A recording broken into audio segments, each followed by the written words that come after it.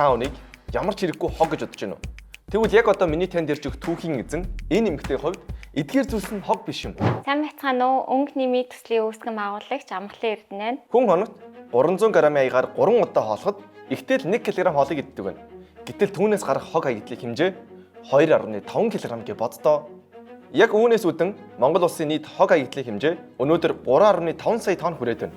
Тэгвэл энэ их хог хаягдлыг миний эрүүл мэндэд таны санхүүд байгаль орчин дээлтэйгээр дахин боловсруулах шийдвэрийг АМК болон түүний багийнхан санал болгож байна.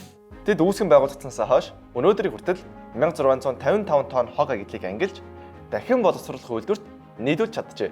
Үүгээс зогсохгүй хуванцар, лаз, гялгаруудыг ангилан ялгадаг хаанч байршуулах боломжтой автомат машиныг үйлчлэлээр нэвтрүүлэхээр ажиллаж байна. Тэрээр яагаад энэ салбар руу орсон бэ гэж юу?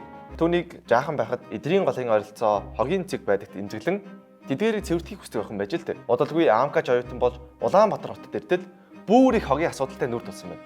Тиймээс л өөрийн биеэр хурсан хогтой үзэлцгээр 2015 оноос хойш найзынхаа хамтар 2 ч төрийн бас байгуулсан ч хангалттай хэмжээнд хогны асуудлыг шийдэж чадсангүй. Ингэсэн ч тэрээр бууж өгөхгүйгээр 2020 онд өнгө нэм төрийн бас байгууллага байгуулжээ. Яагаад өнгө нэм гэж юу? Учир нь хогийг төрөл төрлөөр нь өнгө хогийн савнд ялхан хайж байгаа орчиндөө өнгө нэмдэг болохоор л тэр. Бид хог хаягдлын менежментийн зөвлөх үйлчилгээ үзүүлдэг.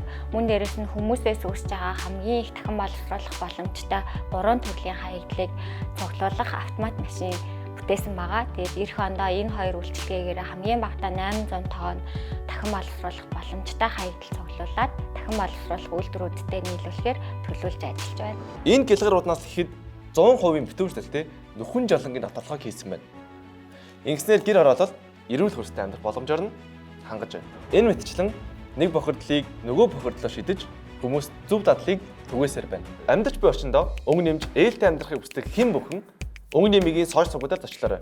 Мөн энэ мэтлэг таалагдсан бол бусдад түгээж Норгийг дагаарай.